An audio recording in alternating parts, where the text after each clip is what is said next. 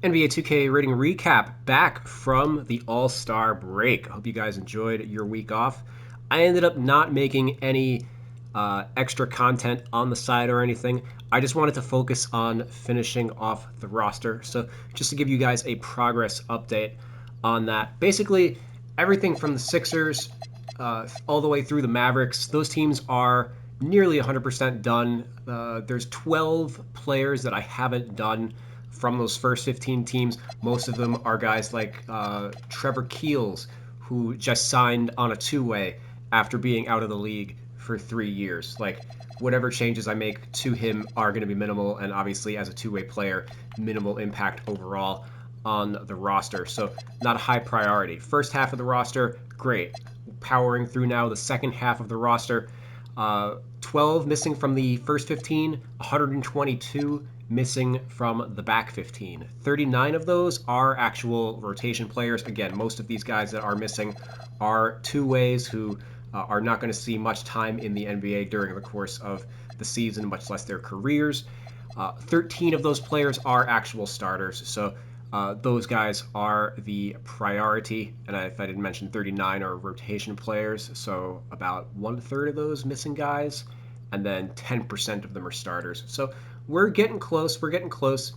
A lot happened despite no games being played. So we're going to break down the 10 games that were played in this one, but also a lot of roster transactions, a lot of minor stuff around the edges for teams that we're going to break down. I am going to go over all 30 teams in this one, as we are going to preview tonight's games and just go over the league news for those, just so I don't have to do it in the next video. We're just going to do a full, comprehensive post-All-Star break look at the league. So, starting off in Houston, where they beat the Hornets 105-101. They moved to 34-20 on the season. Impressive win for them, as Hornets, if you recall, were hot before the break. KD, 35 points, 14 of 20 from the field, but he really had to do it on his own. Alperen Şengün continues to struggle. I do need to get his rating down. I think 2K dropped him down to an 87 or an 89, if memory serves. But another inefficient game offensively for him, 13 points, 6 of 16 from the field. Amen Thompson, not much better, 9 points, 2 assists, 3 turnovers in 36 minutes. The half-court offense in Houston has completely died out. It's basically KD against the world right now, which, based on their roster composition, like, they're also using Tari Eason as a shooting guard, and he's really more of a 3-4. So, yeah, KD and the Rockets, they just don't have enough shot creation out there. I do wonder if maybe they should give Reed Shepherd more of an opportunity, and it's okay that he's not the greatest defender in the world. Maxing out on the defense hasn't really worked out for the Rockets over the last month, although it was enough against the Hornets, as they completely got shut down by the Rockets in this one.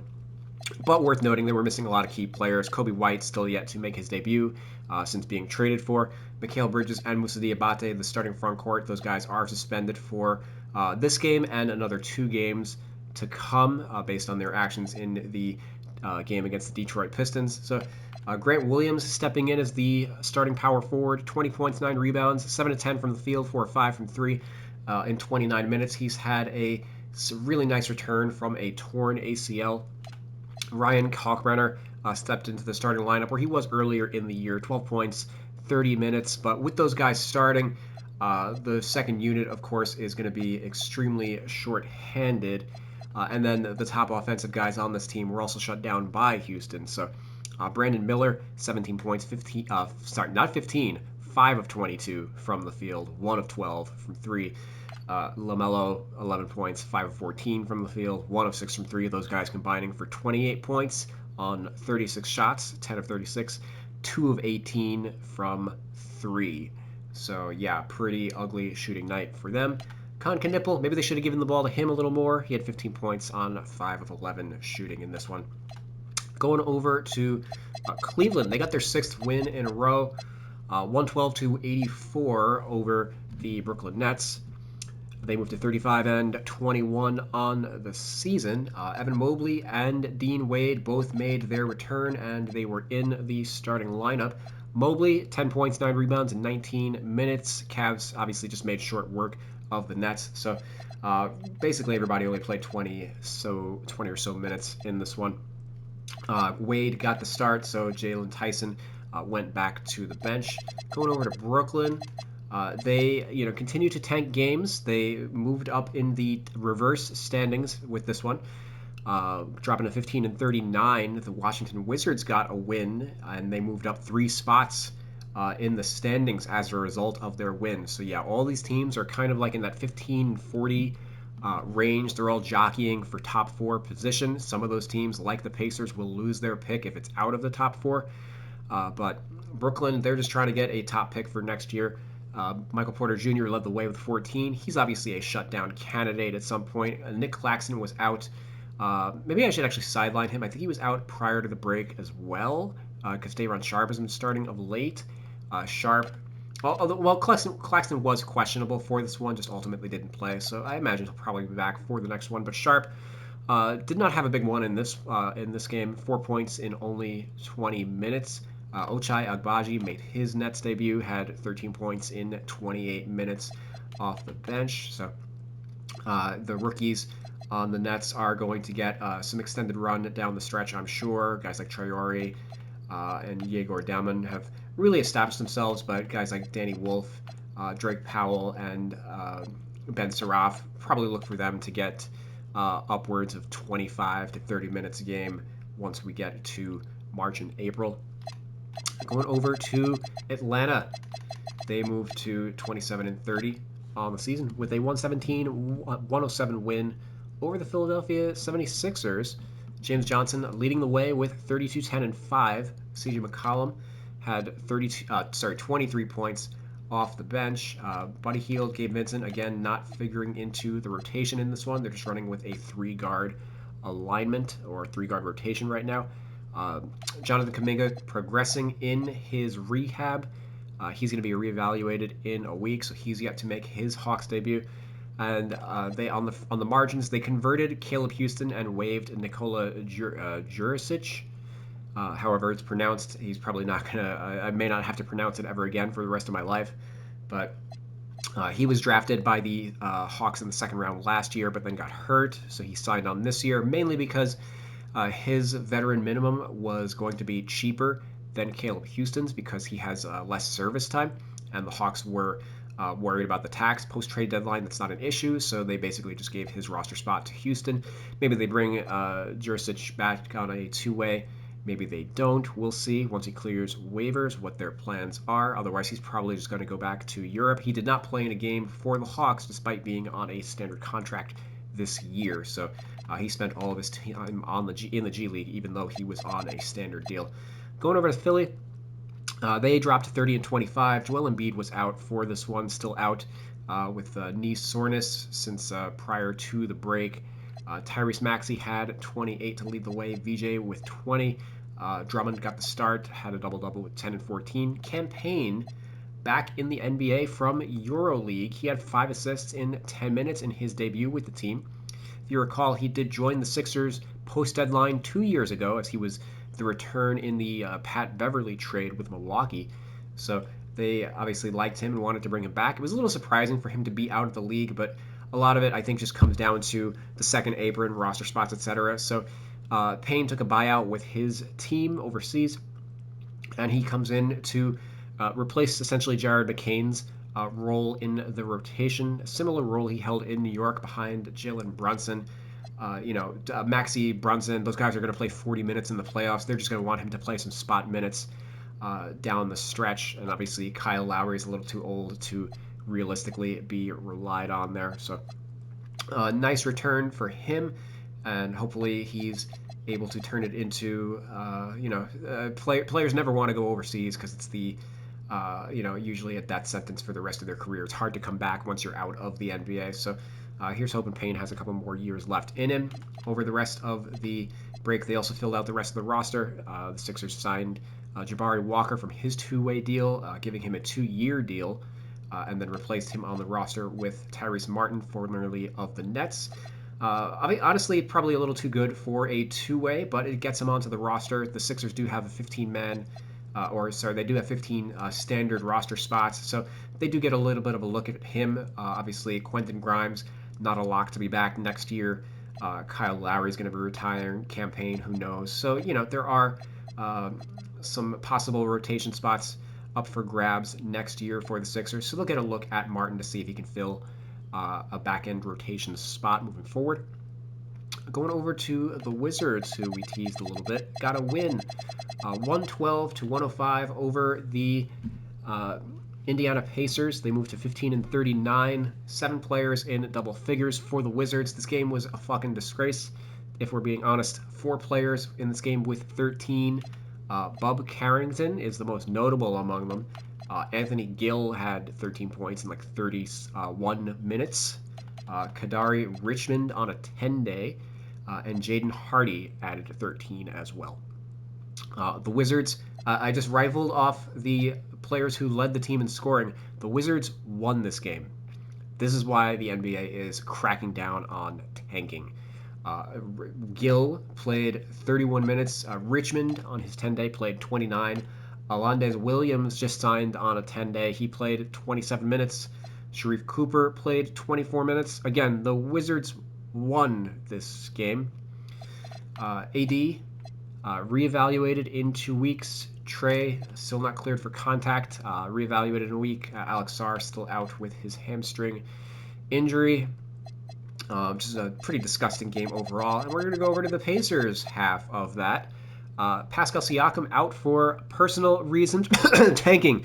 TJ McConnell and Ivica Zubac also out in this one for much the same reason. Zubac apparently still dealing with the sprained ankle that he was able to play through for his entire Clippers tenure. Jarris Walker thus leading the way with 19 points, 13 rebounds, 7 assists. Kobe Brown, 12 points, 9 rebounds, 34 minutes. I guess the best game of his career. Talon Peter, 16 points, 25 minutes. This is pretty disgusting. And the league talked a lot about lottery reform. That's probably going to go down during the offseason after this apparently legendary draft that's about to occur. The next 2 are going to be kind of weak, so teams will be more than happy to comply with whatever changes get made. But yeah, I'm not going to go over a lot of what the league talked about. It's been talked about in like various forums, podcasts, news articles, and stuff like that. Like, it's a lot of suggestions that teams have been making. The NBA basically mentioned all of the things that were going to be considered, so it's not all set in stone, just things that they're going to be evaluating. I think that it's gotten just, they've gone over the line of respectability. And, revenue, back in the day, teams had to win games because they needed to survive, to make money. But now there's revenue sharing, so these small market teams are no longer worried about winning money because they're still they can throw games and literally turn a profit. So they're just treating their fans like shit, and but they say that they need to because the best players are all at the top of the draft. But meanwhile, the top 3 players in the NBA were drafted 41st overall. And then 11th overall, if memory serves, and 15th overall, if memory serves. Again, the top 3 players in the league. All of those guys, by the way, are NBA champions. So I don't necessarily agree with, the idea that you need to have a top pick, that you need to tank your way from 10 to 5 or whatever. Just make actual good decisions, and you might you might actually try to win some games ultimately in the long run. All right, back to the roster and ratings portion of the pod. Detroit, they got a big win over the New York Knicks, 41-13 now on the season. They are the number 1 team in the NBA, 126-111 over New York. Won their 4th straight game. Jalen Duren and Isaiah Stewart still suspended. So, yeah, huge win for the Pistons over the Knicks in this one. Cade Cunningham leading the way with 42 points, 8 rebounds, 13 assists, 17-34 from the field, clamping up OG Anunoby as well. Paul Reed, best third-string center in the NBA, got the start in this one, 18 points, 7 of 9 from the field, 29 minutes, should be in a rotation somewhere. And then, yeah, that's just best record and best team in the NBA right now, considering OKC's current woes and injuries.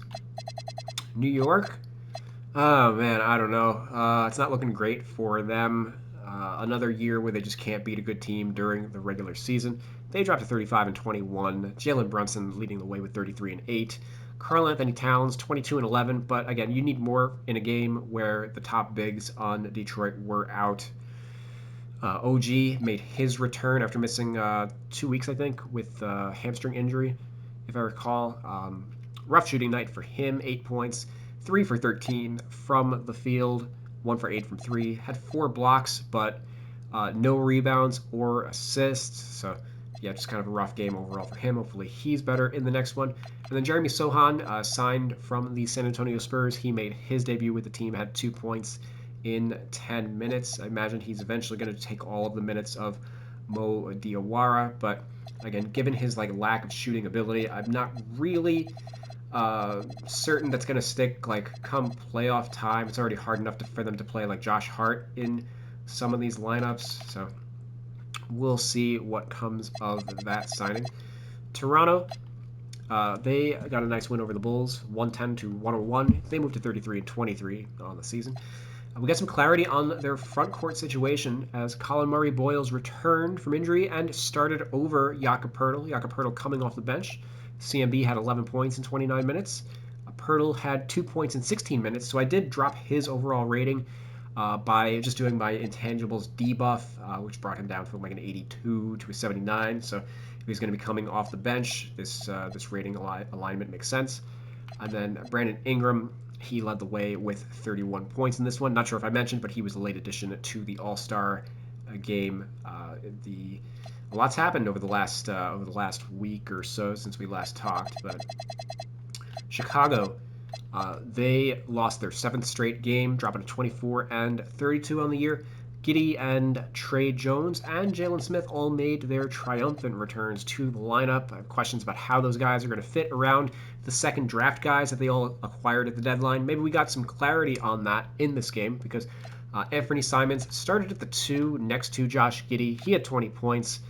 Giddey himself had a rough offensive game, obviously returning from injury, a little bit of a minutes restriction, 5 points, 5 assists, but 4 turnovers, 1 of 7 from the field. Colin Sexton, he played next to Trey in that second unit, had 11 points, 11 points, 12 points for Trey Jones also, so he's more or less back to normal. Rob Dillingham, 4 points in 10 minutes, and then a DNP-CD for Jaden Ivey. He says he's been dealing with knee soreness, dating back to he hurt his knee at the start of the season. So I guess they want to be cautious with him entering his restricted free agency. They just obviously have too many guards. Somebody's always going to be the odd man out, it would seem. But yeah, probably they should be playing him. He's got a bit more of a future with the team, I would think, than Colin Sexton. Maybe they just don't want to drive up the price tag, or maybe he just actually has, they want to take a look at the knee and just be cautious. Obviously, the Bulls are not playing for anything. They don't care about winning games. The roster alignment for this team is actually kind of funny because if Giddey's going to be starting at the 1, I can't really have him at the 3. They have one. Buzelis is technically long term he's going to be a small forward, but right now he's starting at the 4.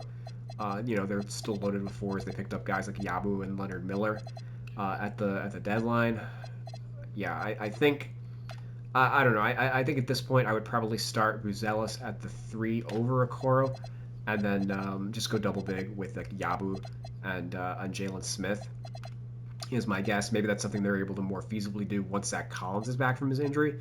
We'll see how things go in Chicago over the last third of the season. Going over to San Antonio, I'm a lot more intrigued by what they have going on over the stretch run of the league. They moved to 39-16, 121-94 over the Suns, an impressive win over a playoff team. 7th straight for them. They're now only 2.5 games behind OKC, who is extremely banged up right now. So San Antonio could be the number 1 seed in the Western Conference if they keep on pounding it out. Oh shoot, I did not write down the stats for this game, so we're just going to do this live. Let's see. Going back to yesterday's games, oh gosh darn it. I know Jalen Green had a big game for the Suns, but going over the Spurs. All right, Spurs. Wemby, 17 and 11, had 5 blocks in this one. Steph Castle, 20 points, 3 steals, 8 for 11 from the field, only 21 minutes. Given the blowout nature of this game, nobody passed the 25-minute mark. But Castle had been dealing with injury prior to the break. Looks like he is completely over that. Dylan Harper, another solid game, 17 points off the bench on 7 of 11 shooting. Going over to the Phoenix Suns.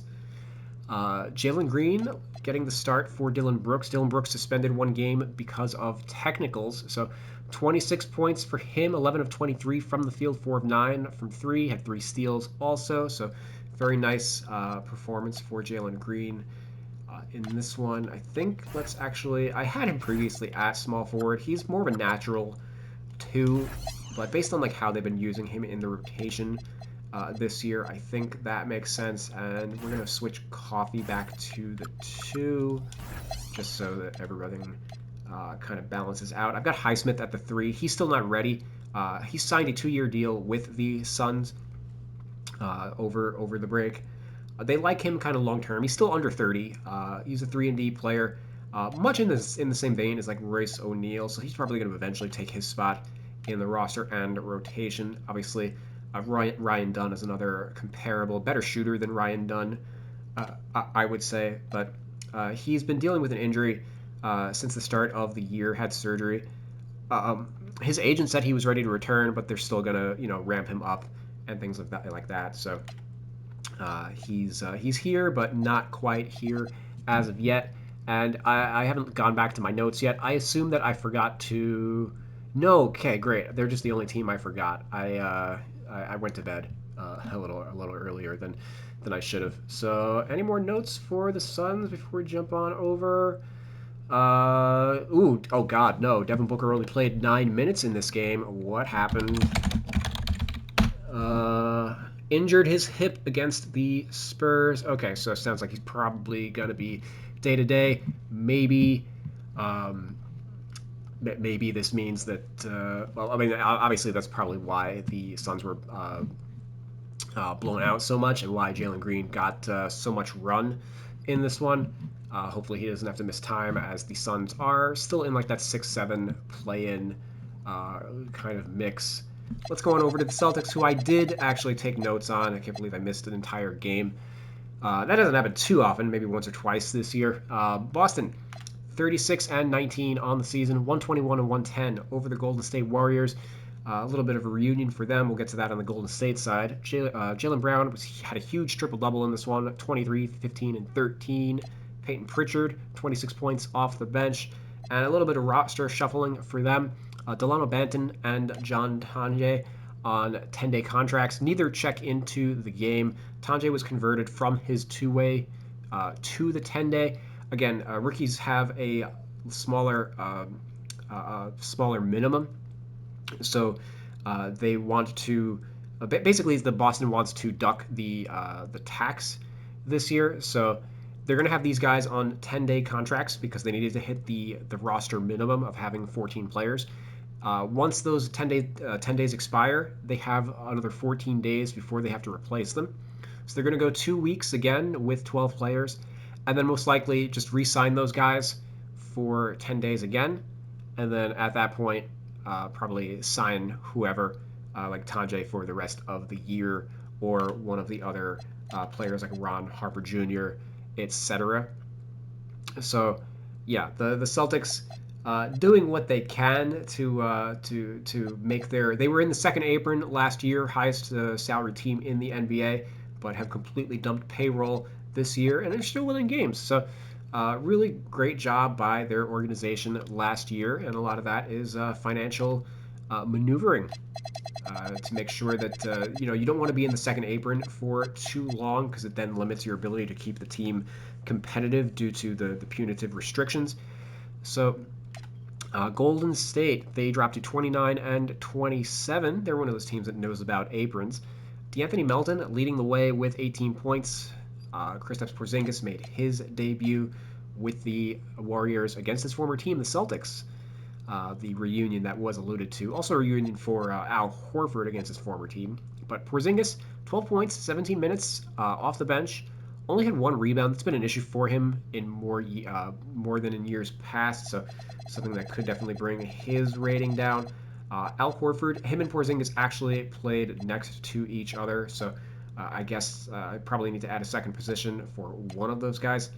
Horford also struggled a little bit, 5 points, 2 for 10 from the field. Worth noting, current starting center Draymond Green had no points, 0 for 7 from the field, so they're not really getting much out of the center position right now, or just really the team offensively in general. Because Steph Curry, he's apparently going to be out at least 5 more games. He'll be reevaluated in 10 days. This also means that he's not going to be awards eligible, as he's going to miss at least 20 games on the year by the time he comes back. Golden State's probably going to get passed by Portland and the Clippers down the stretch. They just don't have enough firepower on this team without Curry and Butler. Maybe Porzingis can help them in that regard, but he hasn't been able to stay in the lineup for extended periods. They definitely need him to turn back the clock a little bit. Seth Curry also still out, reevaluated in 2 weeks for his sciatica. He's only been able to play 2 games so far this year, so a complete just nepotism signing by Golden State. Like, Curry's got his, the bros are in town, but I mean they have shooting guards galore on this team, so I just don't think it was a worthwhile signing overall. They definitely need just whatever your feelings are about James Wiseman, he probably could be helping this team. Maybe he just doesn't necessarily want to go back to, not maybe after Steve Kerr is gone. But Orlando, let's go on over to them. They got a nice win over the Kings, 131-94 over the Kings. 29-25, the Magic are. Team record, 27 threes, 27 of 50, 54% against the Kangs. Paolo Banchero, 30 points, 5 of 7 from 3, probably the best shooting game of his career against the Kangs. Anthony Black, 20 points, 4 of 6 from 3. That's right, I did change him to small forward. I'll cover that in just a second. Jet Howard, 16 points, 13 minutes, 6 of 6 from the field, 4 of 4 from 3. He's incredible when the games when the game is completely out of reach. Javon Carter making, I believe, his debut with the team, 14 points in 23 minutes. If not his debut, then certainly his first real meaningful game with the team. Franz Wagner is going to be out indefinitely with his high ankle sprain that he's going to be reevaluated in 3 weeks. Team discovered that he just needs more rehab. Probably means he's going to be out a month or more. Feels like he could be out the rest of the regular season. That's just my speculation. So I did move Anthony Black to small forward / point guard. And then I have Tristan da Silva as shooting guard small forward because he's been subbing for Bane, coming in at the same time as like Jace Richardson for Jalen Suggs, which is why I've got Jace at the 1. So maybe a question that some people have is, why don't I have Bane at small forward then? NBA.com lists Black as a shooting guard and Bane as a small forward because TDS was actually playing next to Franz in lineups prior to Franz going down. Like, they would run Jace, Da Silva, Franz, Paulo, and Mo Wagner was one lineup that they were using on their second unit. So they were just already kind of going big. Jet Howard himself is already like a big wing himself. Neither one of those guys is really a shooting guard. So, yeah, I just have TDS at the 2. Black at the 3 because that's more or less where he's been filling in for Franz Wagner for most of the year, and that was also factoring into like the lineups. Also, it was usually Black coming out for Franz when Franz was coming off the bench, and Noah Penda has also been coming in for Black at the 3. So yeah, that's what I've got so far. We'll see what happens with the Magic after the season. Somebody's probably going to have to get moved. My guess is, given the way that the season's gone, they will eventually just have to break up the Franz-Paolo pairing. Hopefully Franz is able to come back for the playoffs so that we can get an actual look at Franz and Paolo in the playoffs again, and the team can make a an assessment on that. As you guys know, I'm probably not the biggest Paolo Banchero fan. Worth noting, the Magic also made a two-way change. They signed Alex Morales. They just need another actual two-guard. We talked about their two guards are not actual two guards, so they have an actual two-guard on their roster now. And they waived Orlando Robinson, despite having the namesake of the team. He had previously played a lot more for Miami on a two-way, and even on a standard contract at various points. It's just like now that Mo Wagner's back, they don't really need him. Goga Batadze's not even playing for the team right now, so they just don't need a two-way center on the team. They still have Colin Castleton, who's basically like a small ball center. Also, he's been dealing with an injury for most of the year, so they can't really cut him because then they have to pay him his full salary, I believe. Although I think they still have to pay Orlando Robinson. Maybe they're just doing him a favor. He has more of an opportunity to sign on with a team prior to the March 4th playoff waiver deadline. Sacramento, they get their franchise worst 15th loss in a row. They dropped 12-45 on the season. Keegan Murray made his return. Started at small forward in this one, so I could end up changing his position. 15 points, 8 rebounds. Precious Achiuwa started at the 4 in this one. 14 points, 10 rebounds, 4 steals, 2 blocks. Maxime Renaud, 17 and 14 for him in this one. DeRozan starting at the 2 as they went a little bigger. 13 and 6 at shooting guard in 19 minutes, and then Russell Westbrook made his return from a sprained ankle, 5 points in 17 minutes. I don't know if the short leash was just because of the blowout nature of the game, or if those guys were on minutes restrictions, or just the tank. Who knows? I'm not going to watch the Kings at any point for the rest of the season, so whatever happens, happens.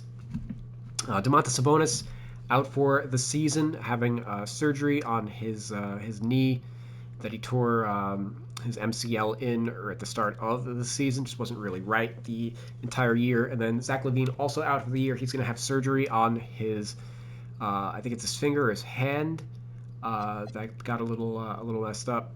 DeAndre Hunter is still out, but he's been practicing, so I imagine he'll probably be back for the next one. And then Dylan Cardwell, after just signing a 4-year deal on a two-way, he's actually going to be out for the next 2 to 4 weeks due to, I believe, a sprained ankle. So, yeah, Kings are very short-handed up front. Drew Eubanks probably going to figure back into the rotation just kind of by default. They really only have 3 bigs on the team. Which is partially why I'm still on the fence about changing Keegan Murray's position. Maybe I end up changing DeAndre Hunter over to the 4, depending on how the lineups work out.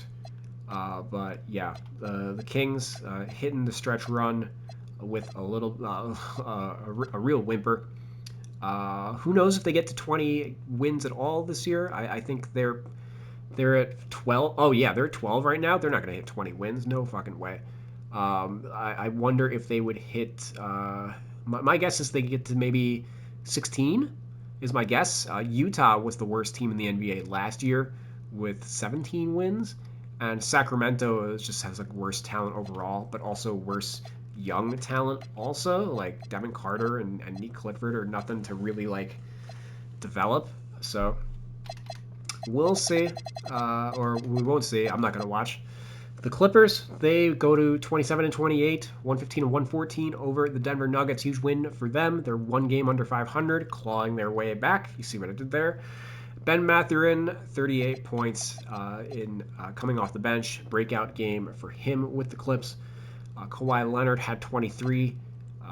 Derrick Jones Jr., 22, and another start at the 2. Jordan Miller converted off of his two-way, signed a 2-year deal. Replaced on the roster by right now I still have them as 2-ways. I like my placeholder guys, but they did sign guys yesterday. I have to check and see if 2K added them to the game yet.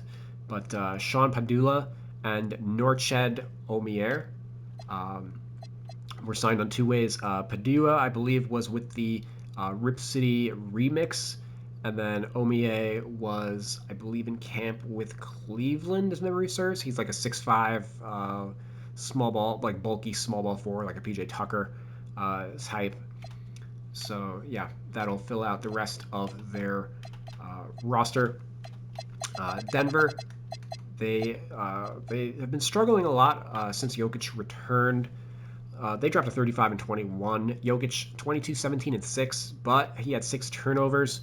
Turnovers have been up since returning from injury. So I mean, his 99 overall rating is not necessarily in danger, but given that like Shai Gilgeous-Alexander is out right now, he's not really playing like the MVP, so he's not really making any ground in that department. I wonder if I think he did kind of come back from injury, maybe a little early to keep his candidacy for MVP alive.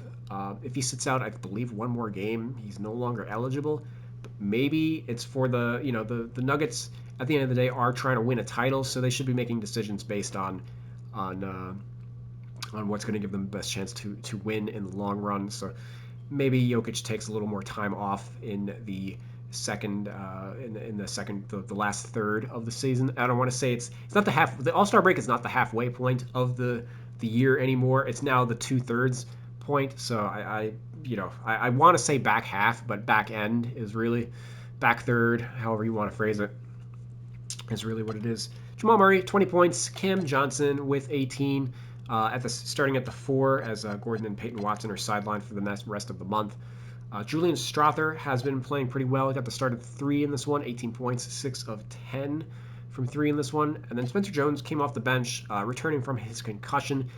He was converted off of his two-way contract. I don't believe it was a multi-year deal or anything, just a straight-up conversion, as he would probably prefer to negotiate something in free agency rather than agreeing necessarily to, when these guys sign like multi-year deals during the season, it's usually pretty team friendly. Maybe he has greater aspirations than that, given that he has been starting for a playoff team for much of the season.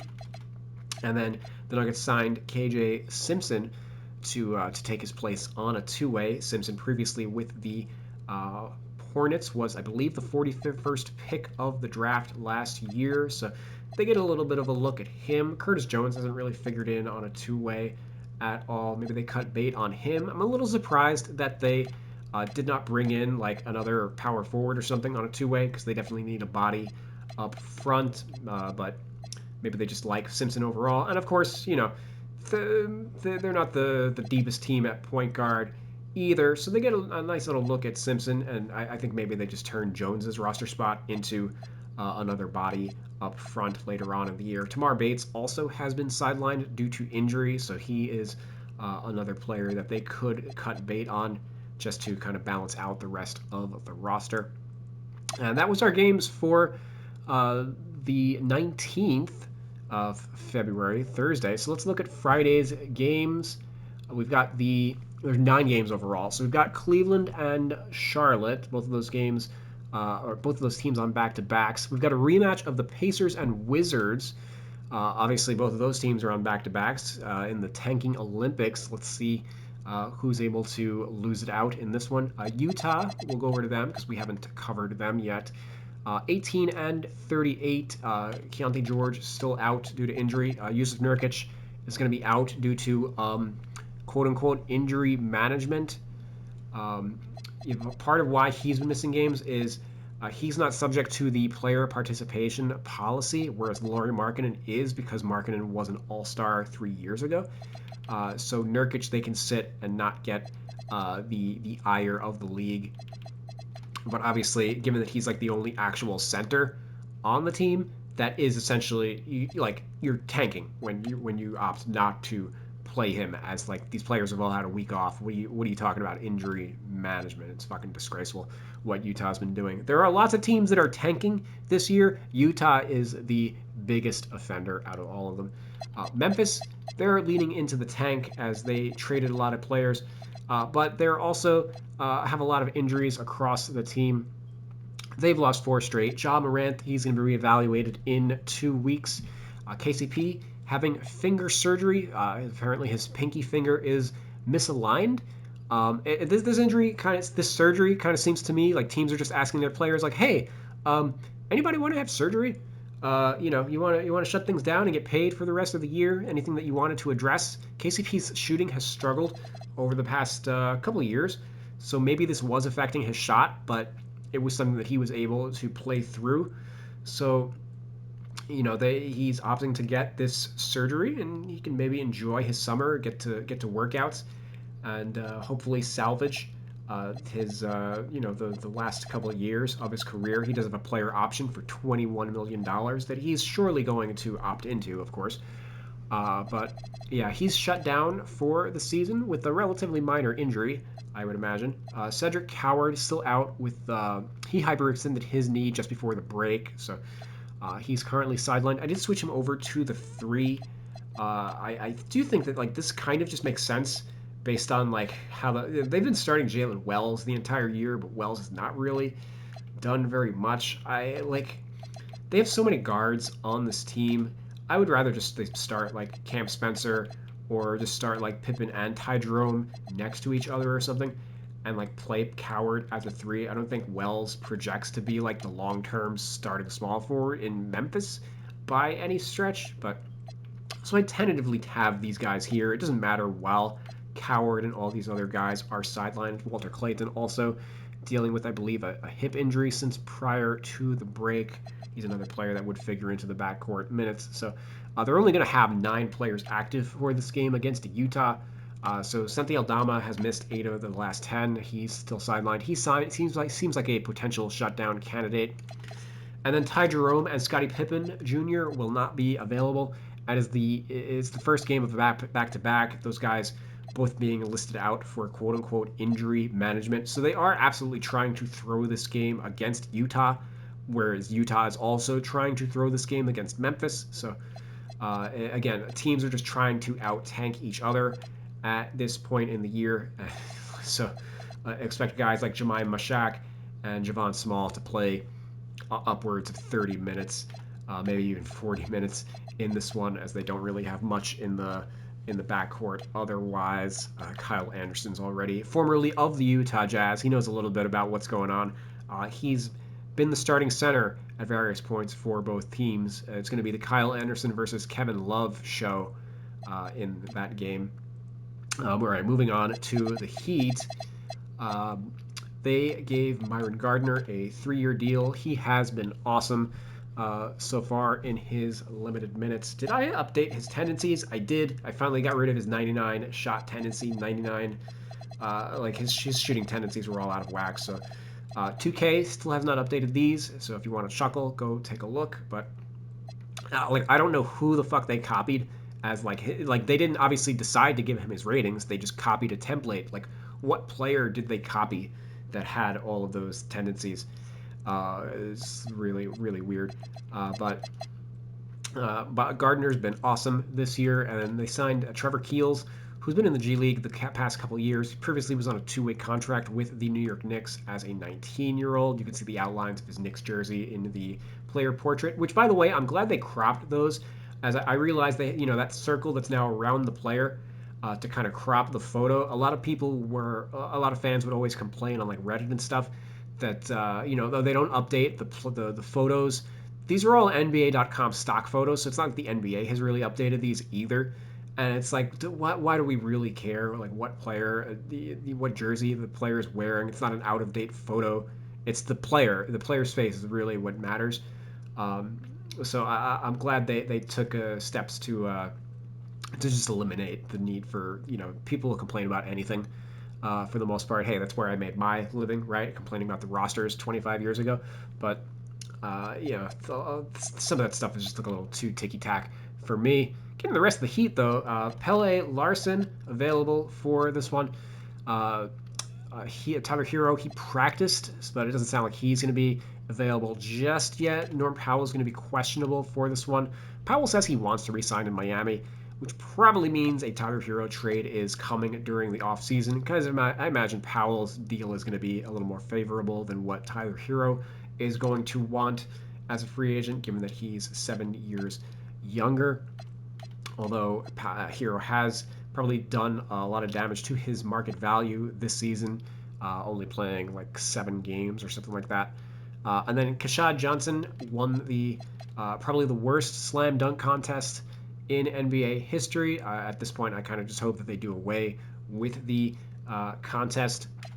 Atlanta, and if anything, it's a good thing that they did not That they did not invite Mac McClung to participate, even though McClung, I think, got hurt and wasn't able to participate, even if he, like, quote unquote, wanted to. But like, if he won a fourth time in a row, it just like just shut the event down at that point. But yeah, sorry, not going over to the Hawks. We already covered them, but Miami will be playing the Hawks tonight. Going over to Dallas, they are going to be playing the Minnesota Timberwolves. They've lost 9 straight. Kyrie Irving announced officially he's going to be out for the season with his torn ACL, try to get himself ready for next year. Cooper Flag still out when his foot's he sprained his foot, so they are of course going to be cautious with their franchise player, but they also have nothing to play for. They are going to lean into the tank, so they may end up sacrificing Cooper's Rookie of the Year award in order to get a better draft pick. We'll see. Ryan Nembhard, I'm not sure if he's going to get converted, as the Mavericks do have 15 roster spots. They did bring on Tyus Jones, who basically is like Ryan Nembhard to a T, and it doesn't seem like they're going to be cutting bait on Tyus Jones, or either Chris Middleton would be the other candidate to join a playoff team. It sounds like they want to keep Middleton around. I don't necessarily know what. Maybe they just don't think he's going to help them lose games. But if Middleton, or maybe it's more likely that Middleton just probably wouldn't help an actual playoff team. So he doesn't have any suitors in free agency probably. But I don't necessarily know if Powell gets if Nembhard gets converted. It seemed very likely that he was going to get converted, as he was one of the first two-way players to really hit the stage this year, along with Dennis Jenkins earlier in the year. But he's basically been completely shut down because he only has, like, I think 8 games left of eligibility until the end of the year. So I actually am going to sideline him because he's not in the rotation right now, and just like he's not active for games is really what I mean to say. So yeah, maybe he'll be back in March, April for the stretch run when they can actually throw him like 35 minutes in a game and get him a good look. But right now, otherwise, they've been running with Brandon Williams as the starter. Minnesota, they waived Johnny Juzang. He had hit his 50 games limit and then just opted not to give him their 15th roster spot. They do have their 15th roster spot open, so they now have a standard and a two-way spot open. They're just going to allow him to find another opportunity before the March 4th waiver deadline. Part of the reason why maybe they're cutting bait on him, obviously they added Ayo Dosunmu at the trade deadline, but they're also getting back Terrence Shannon Jr., who's been out for the last 6 weeks or so. So there just wasn't really room for Juzang on the roster anyway. They officially re-signed Mike Conley, so he's going to figure in. I definitely need to I need to basically swap the ratings for Highland and Conley. I don't know if I can do that with intangibles. No, I've already maxed out Highland. I just need to get around to Minnesota. I have been doing things a little alphabetically, powering through the roster. So, but yeah, I do need to focus a little more on Minnesota. Going back over to Milwaukee, Giannis is going to be questionable for this game against the Pelicans. Miles Turner is out, though, I believe dealing with a hip injury, since prior to the break, he missed the game right before the All-Star break. And then Ryan Rollins making his return from 1 or 2 game absence. So it'll be interesting to see how Giannis and Cam Thomas mesh together, given that, Giannis, I believe, has a 36 usage rate on the season, which is higher than it was the past couple years. Obviously, Damian Lillard, those guys cut into each other's possessions overall. Cam Thomas is probably good enough of a shot creator that he could cut into Giannis' touches somewhat, but he also plays on the second unit, and they might be playing him, staggered from Giannis rather than necessarily next to him. So we'll see what happens. Obviously, Giannis has been playing with Kevin Porter Jr. But Porter Jr. has also kind of reined himself in. He's not nearly at Cam Thomas chucker levels, so I'm just curious to see how that dynamic works across, the roster. And then the Pels, they are apparently going to be getting back DeJounte Murray soon. Murray tore his Achilles a little about a year ago, maybe 13 months ago. So, number one, it'll be nice to see him return. He is under contract with the team. He is not a free agent or anything at the end of the year. So they do want to see a little bit of what they've got before they make decisions on, what, they probably going to be trading him, but how hard are they going to lean onto this lineup with Zion, the big lineup with Zion, Murphy, Turb. I don't want to necessarily call it point Zion because I don't think Zion's necessarily operating as a point guard, similar to like the way that he was on like the Stan Van Gundy kind of point Zion era. But yeah, I'm just curious to see what happens with Murray in the rotation, how much he ends up playing, how good he is. He's a player. His ratings. The Pelicans are the next. I did work on the Pacers some. I'm going to finish off them, the rest of their ratings later tonight, and then Pelicans are next. They're going to be a quick edit for me as well because I have most of their ratings done from last season. So guys like Murray, I just haven't prioritized him because he's been out for the entire year. Kind of the same thing with Tyrese Halliburton. But yeah, I am going to knock out him, Jordan Poole, etc. Rest of the guys on these two teams. Brooklyn is going to be playing the Thunder. So let's go on over to the Thunder. SGA, Jalen Williams, AJ Mitchell, all going to continue to be out. So where the offense on this team is going to come from is a huge question. A lot more post touches for Chet Holmgren, I would imagine, but also Jared McCain's going to have the green light. And of course, Nikola Topic, who just came back from his testicular cancer. He's somebody who definitely should get a long look while all the point guards on this team are sidelined. Of course, Casey Wallace is currently the starter at point guard right now. I guess more shooting, for more screen plays for like Isaiah Joe and the like. But yeah, like certainly they're not going to be playing at a 24-1 level of team. And then Denver is going to be playing the Blazers as our final game that we're going to cover.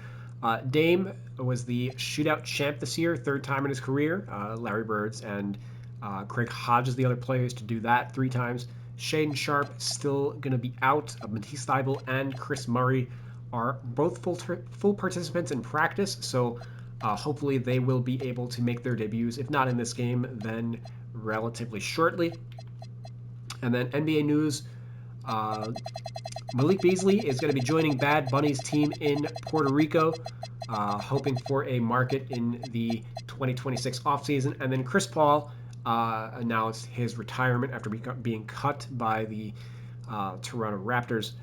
So I did move him over to the San Diego Clippers just because I didn't want to delete him completely yet from the roster. So he's over here if you wanted to throw him on your, the 15th man on the Knicks or some stuff like that. But otherwise, it's been a hell of a career for him. One of the best point guards in NBA history, and obviously he is on a number of the all-time. Oh, he's not on the Suns all-time team. Who the fuck is Charlie Scott? Is that a real player? I'd imagine. I haven't heard of him. Okay, that's why. Okay, sure. I guess, yeah, all right, so he's important to the early years of Phoenix. Yeah, I don't know. Maybe he should be on the all-time Suns. I don't think he played long enough to be on the all-time Rockets, but he's here regardless. Okay, so he's on the Rockets, but not the Suns. Okay. The Pelicans, yep, he's here. Okay, obviously the best player in Pelicans history, obviously the best Clipper in Clippers history. And am I forgetting any teams? Oh yeah, best one. He played a hell of a season for OKC that one year when he willed them to the playoffs.